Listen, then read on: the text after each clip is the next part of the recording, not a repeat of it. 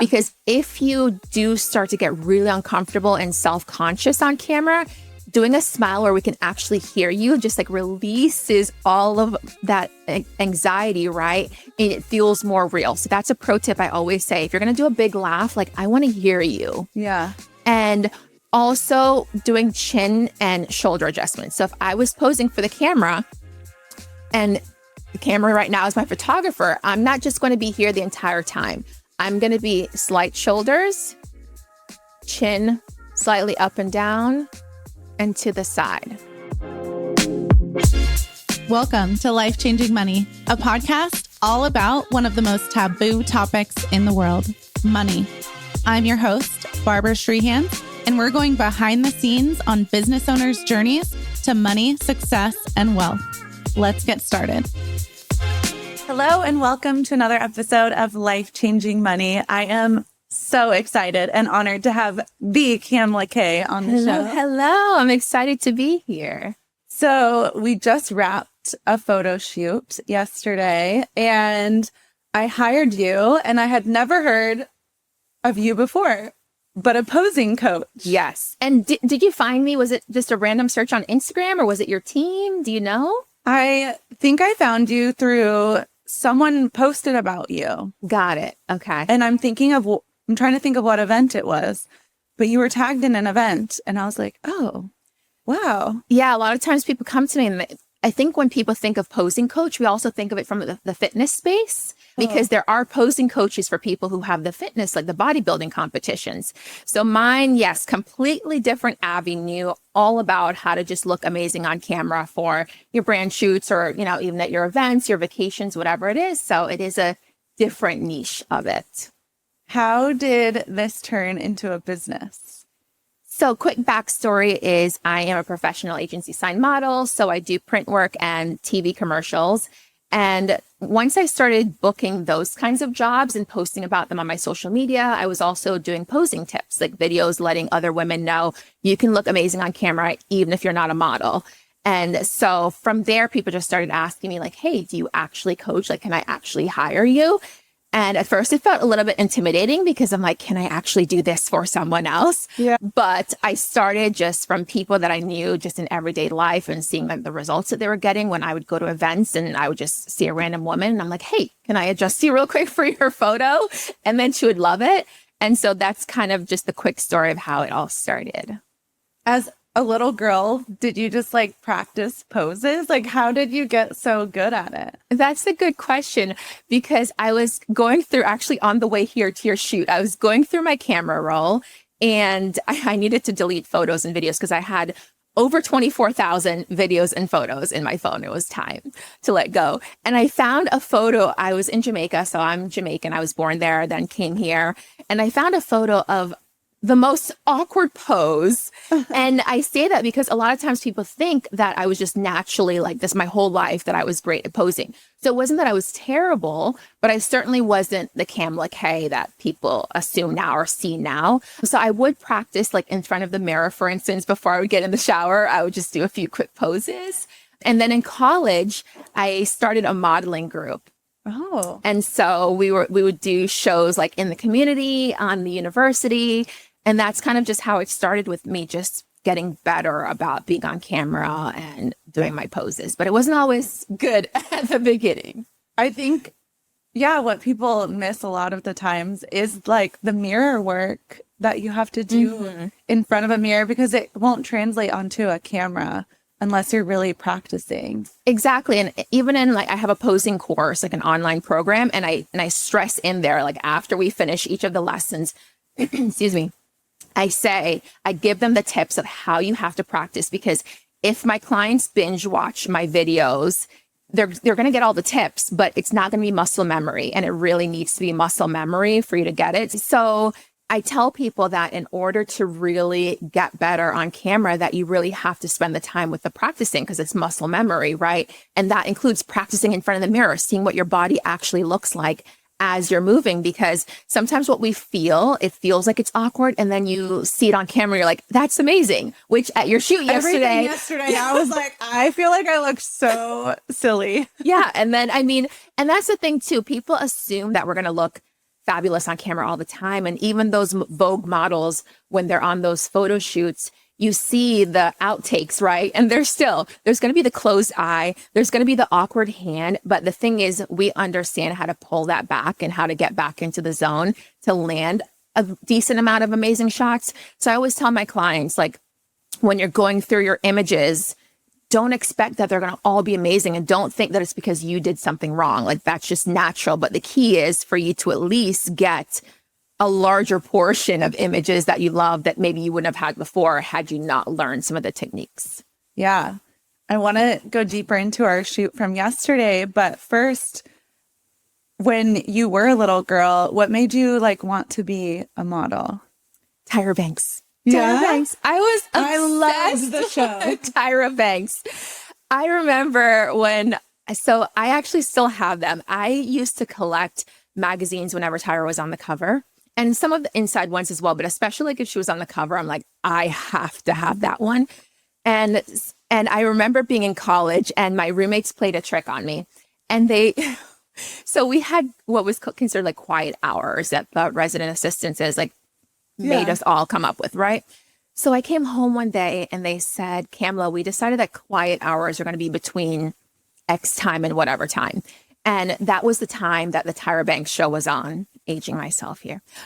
So the Tyra Banks show's on during those hours. And I'm like, the 1 hour a day, you all pick quiet hours. I started crying. And mind you, I'm in college. So it's not like I'm 10 years old. I was so upset. And then they're like, oh my God, we're just joking. We knew how much you love Tyra. So that's why we were playing this trick on you for saying those hours. But yeah, I used to be obsessed. I don't have the same obsession anymore, but I just admired her and the success that she was able to develop in her career and in her brand. And when I was younger, some people would be like, oh my gosh, you remind me of Tyra Banks. And also having green eyes, like my facial features were a little bit different. So like, yeah. So I would say that's kind of what it was. So my parents actually did try to get me into modeling when I was younger and they got scammed. So that didn't work out. And which is also why now, like one of the things that I do aside from posing like non-models is I work with aspiring models, educating them about how to get into the modeling industry safely and avoid the scams like my parents had. So it's like two sides of my business, the non-model clients and the model clients. I too loved Tyra Banks growing up. Yeah. And I feel like she was, at least when I was watching her, she was curvy. Mm-hmm. And I feel like it was like the first time I'd seen like a curvy model. Yeah. And it was just like, oh, you don't have to be this like you don't have to be figure. thin. Yeah. And I mean, the industry has just changed so much now. I mean, I mention it on my social media and even to my clients because people assume you have to be 19 years old and 5'11" and a runway model, which was kind of the case at some point. But I was always more of a commercial lifestyle model. So I did runway, but not to the extent that I would be doing it with my height. But there is a lot of opportunity for like commercial and lifestyle, which is what I did with commercial print and TVs. But I think the industry is changing now so much, especially with social media and influencers and content creators, that more people can get in without having to have the typical look that people associated that with.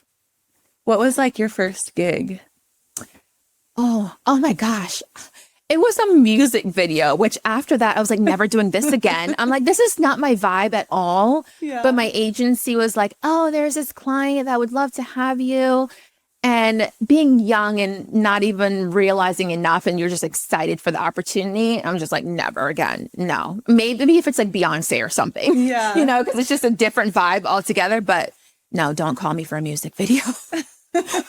So I think that was one of the first ones. And then after that, I want to say, I don't know if it was like necessarily the exact next one, but I remember booking AutoNation and I was pregnant in the commercial. So they gave me the prosthetic belly that I had to wear the entire day. My lower back was killing me.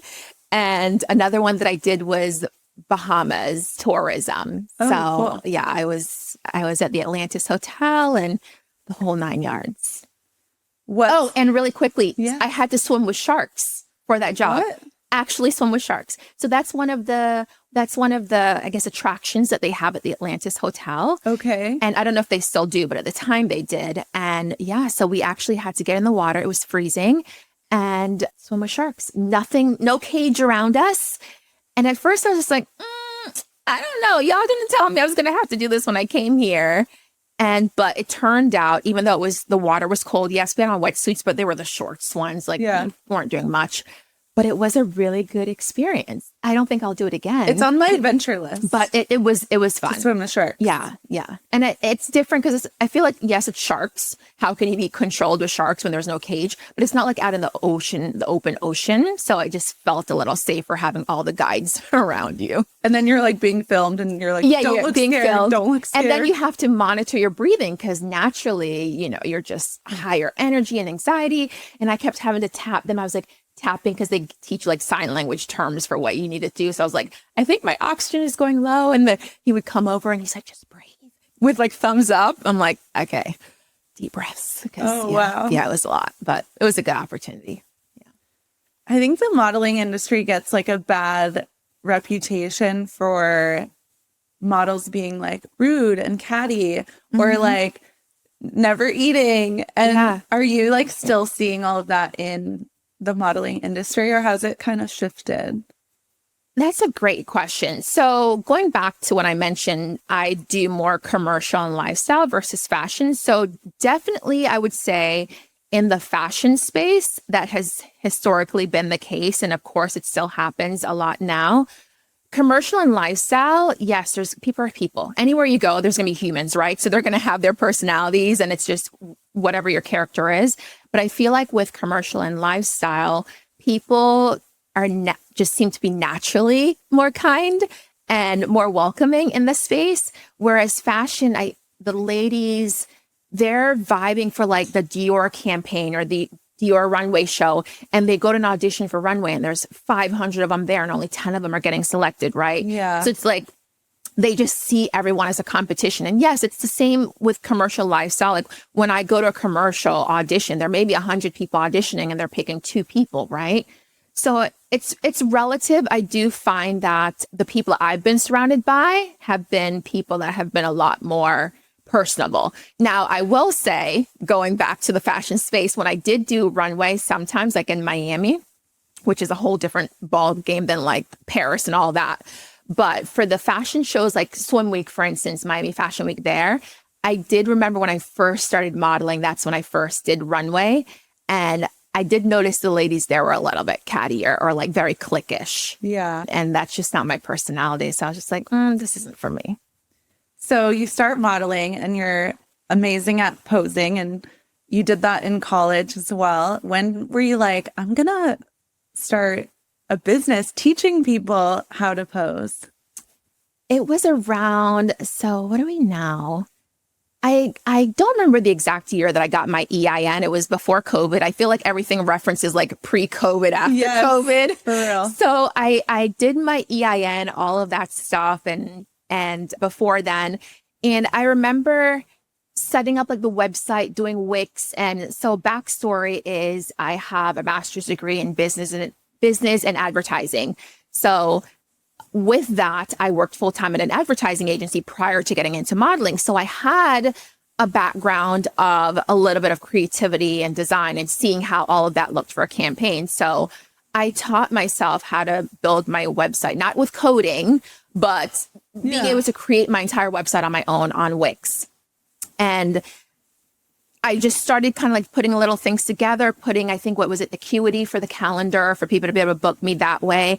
And I remember when I first started, I was charging like $97 and I felt like such a fraud. Like, oh my gosh, people are going to think I'm a scam. Because one of the things also in the modeling industry, it's always been put out there that if you hear about people charging for their work or charging to work with them, that it's a scam. And that came about from people needing to realize that if you go to a modeling agency and they charge you a fee, like an application fee, for instance, or say like, oh, pay this in order to get a contract with us, that's a scam. But there was like this blanket statement. So then when people were like, oh my gosh, you're charging for modeling? I'm like, well, I'm not a modeling agency. you're paying for my knowledge that I've spent years acquiring, right? Yeah. But nonetheless, I mean, I was doing like free content on YouTube and then like Instagram. But I just remember feeling like I can't charge more than this. People are going to talk about me. Like all of the agencies are going to now, like all the reputable ones are going to be saying, oh, don't go to Kamla-Kay. Like I had all of these limiting beliefs and like preconceived thoughts in my head, which some of them were valid because there were people that did wonder, are you supposed to be charging or like what's a fair rate, right? And so I just remember though hiring my business coach who actually hired me to be her posing coach. And then I in turn hired her. And she was just like, by the way, my rates had progressed beyond the 97 at this point when I met Leanne. But I remember just thinking slowly but surely. So it went from like 97 to like 250 to like 300. And then I just progressed from there because I realized I even had some clients. It's like, I wouldn't hire you because your rates are too low. Like I'm thinking like you don't really have the knowledge or like you're just like brand new to this. Yeah. So it was a progress of creating a business out of it and really believing that I had the ability to do it and to really change and transform lives by doing it. Which for those of you listening, like that's such a valuable lesson in undercharging. Yes.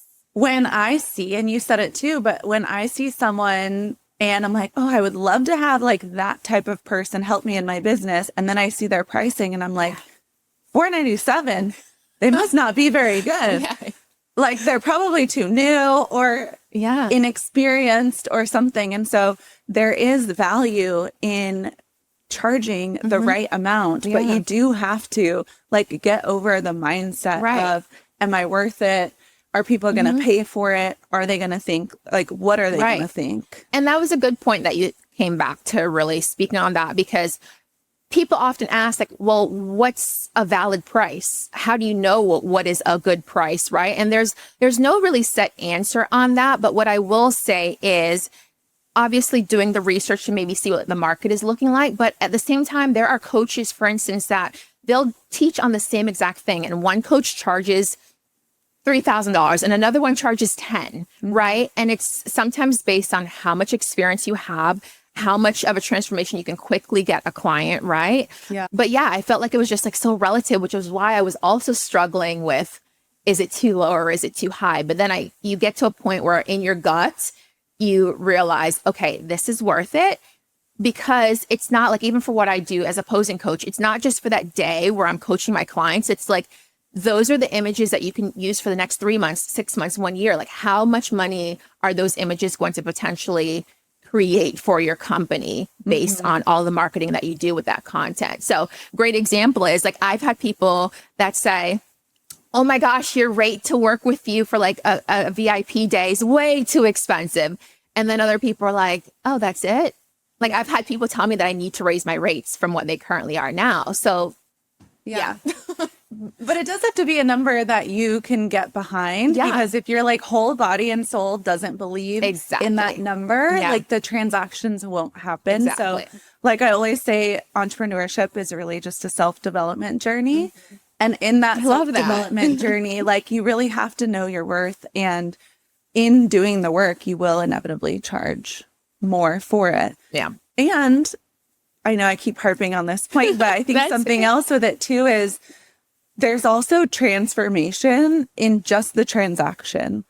So like someone being uncomfortable with maybe your price would be like, oh, I don't know if I should do this. Maybe it's too much. Who am I to like hire a posing coach for my branding shoot? Like, but then they pay you and they got to step up. And so love that. Just paying you, it's like, oh man, we're already up leveling. No matter what happens behind the camera, in front of the camera, it's like, the transformation already happened. I love that because I mean, I've hired several coaches over the course of my career and learning and trying to understand how to be a coach, but a reputable, successful one. And I remember to that point when I paid that first coach and it was $10,000, I'm like, I have to show up. This isn't like a $27 program where you're like, oh, I'll get to it when I get to it. No. I'm showing up on those calls. I'm going to be intentional. I'm going to do the work that she says. Yeah. And I feel like at that point, like even if you at least commit to 70 or 80% of it, you're going to see the transformation. And I think that's what happens sometimes is people, they may hire someone and they're not willing to fully do the work. And they're expecting that coach or that mentor or whatever to transform their whole lives or their business. And they don't realize that they haven't put in enough effort into it. So like the same thing I mentioned earlier with my posing course is there's people that buy the course and then I can see their progress. Never take it. They never take it. They never do it. And I'm just like, okay, well, you spent $1,500 on this. Yeah. Where's the transformation, right? And at the same The token, transaction wasn't high enough for them. Yeah, for them, right? Yeah. And I had someone message the other day, and she had the course. Did she have it before? Yeah, I think she had the course. And so I didn't even know that it was a client that had the course. And somehow we got to talking. She was like, oh my gosh, your course saved me on my trip. She went to Egypt. And she's like, I didn't even get through the whole course. I watched some of the key videos that I needed, like for my body. And just in watching like a small portion of it, my photos were so much better in Egypt. And I'm just like, now imagine if you watch the whole thing, but even if you didn't, she was able to see like the transformation just in taking some action. Yeah. And photos are forever. Yeah. So it's not just for a branding photo shoot for the year or whatever you're going to use the photos. But if it can also help you in like family photos or vacations, like I leave for St. Bart's today, which I'm so excited. Yes. But I'm like, oh man, I can't wait to see what like the St. Bart's photos are going to look like. So don't forget, I told her on the shoot yesterday, shoulder back, right? Yes. Shoulder back, because you have a tendency to go in, which is fine depending on the look, right? But then you notice that you're slowly, as you're focusing on the photo, you're slowly going in. And then pro tip for anyone watching, if you're worried about your double chin, make sure that you stick turtle. Your neck out. Turtle. Yeah. Yeah. Do you have like blanket tips for other people taking photos? For me, it's shoulders back and chin out. But if you're like, oh, if people just knew this. I love that. And this is not just for photos. This is for videos. So once you actually learn some of the posing tips and you start feeling more comfortable, you realize that it transforms also to your videos. Like when you're taking social media reels or YouTube videos, right? You start to see how you adjust in your postures. Like right now, like I'm cognizant of, obviously this is not full body shots or whatever, but I'm still cognizant to like not get so comfortable, especially if I'm further from the mic, right? And so one of the things that I always tell my clients is making sure that as you're posing, what happens is, especially like if you're smiling, right? We smile and now I have to stop talking. So we smile and we go, and you start to get tight in here because you're waiting for the photographer to snap the photo, right? So instead you want to, and you'll notice this on the red carpet as well with celebrities that are a little bit better of being in front of the camera, they smile and then they go serious. They smile and they go serious because it allows you to just go back and forth with relaxing your face so that you don't have that tight tension. So if I was posing, for instance, let me just go back, go from the camera and come back. So I'll be,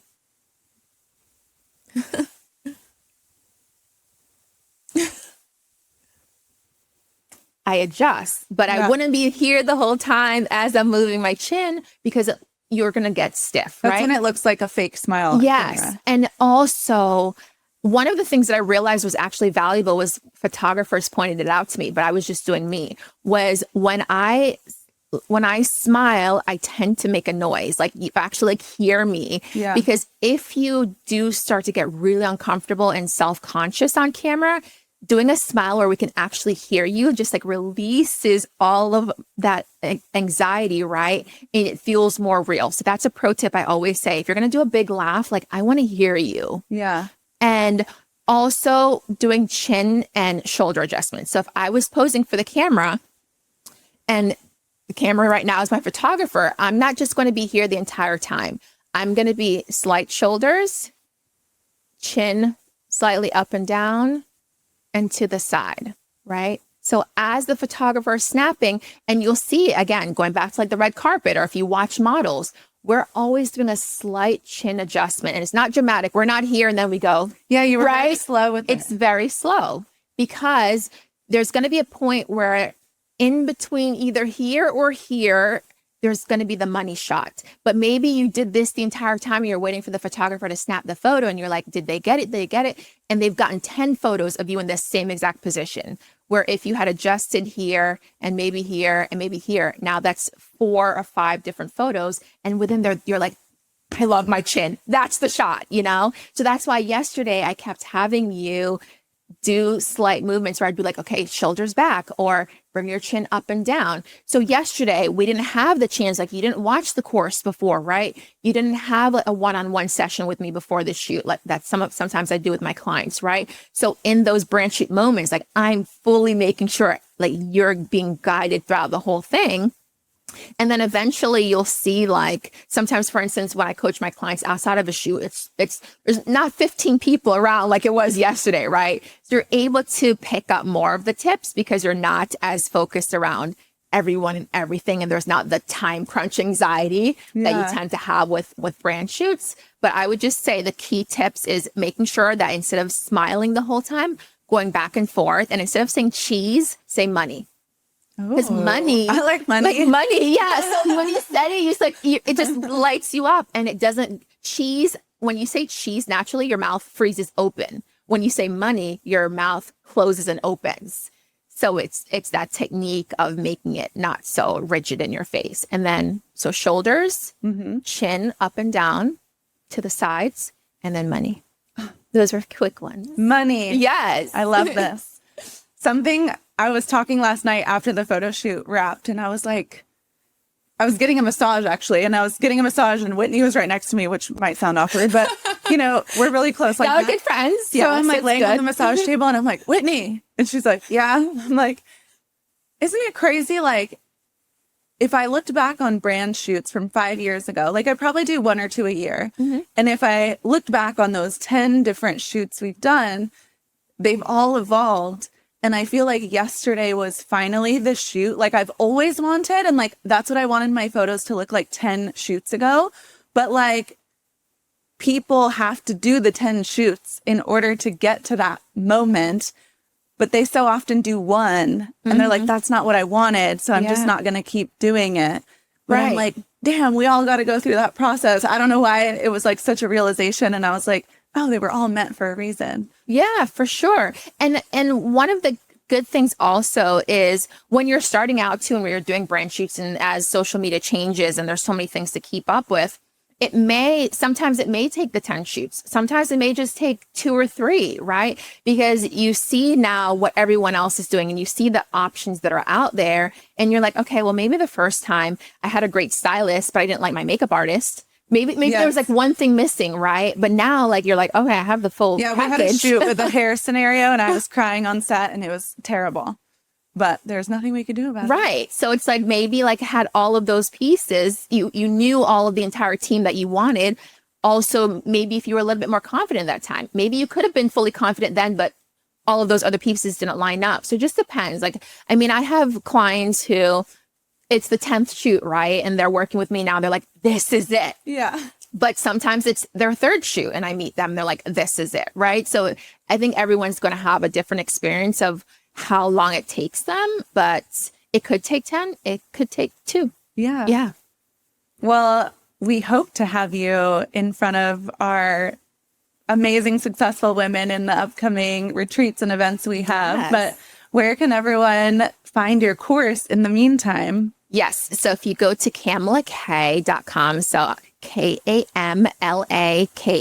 so Kamla-Kay.com. And really quickly, I'll say a lot of times I always just say Kamla-Kay when I introduce myself. Kamla-Kay is actually my full first name.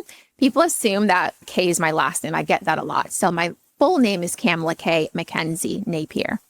That Napier got me once I got married. Oh. But so Kamla-Kay.com for the course, for my one-on-one VIP days like I did with you, or to coach you live in person, even outside of a brand shoot or at a retreat. And I highly recommend. She's so lovely. Thank you. Thanks for being here. Of course. Thanks for having me. This was fun. And your studio is gorgeous. Thank you. Yes, love it. Thank you for listening to this episode of Life Changing Money. Don't forget to subscribe, and I would love if you left a review and shared it with your friends. See you next time.